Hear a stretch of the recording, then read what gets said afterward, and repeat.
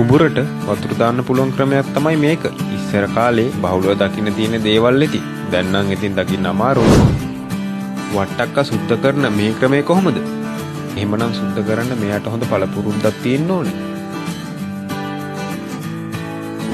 Drone යානාවකින් කුඹුරට වී ඉසින හැටි බලන්නකෝ. මම හිතන විදිහට ලංකාවේ මෙහෙම දෙයක් නම් කරලා නැහැ. මේ මොනවද මේ කපන්නේ? අපි කවුරුත් කන්නාස දූරියන් ගෙඩියක් කපන විදිහ බලන්නකෝ. ඔයාලා දූරියන් කන්න කැමති නම් yes කියලා කමෙන්ට් එකක් දාන්න.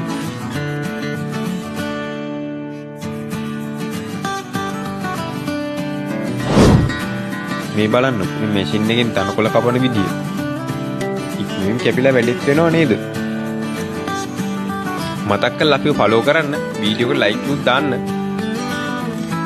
ලංකාවේ ගොඩක් අන්නාසි කහ පාටට තිබුණට මෙන්න මේ අන්නාසි ගෙඩිය පාට බලන්නකෝ. ඔකා භූමියට බට දාන්න කාණු කපනවා වගේ. මේ බලන්නකෝ මෙයා දූරියන් කඩන විදිය.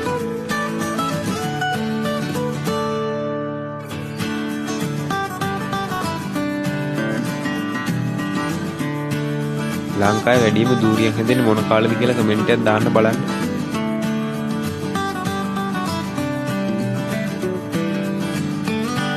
ඔයාලට පොඩි ඉල්ලීමක් කරන්න තියෙනවා. අපි අලුත් YouTube channel එකක් පටන් ගත්තා.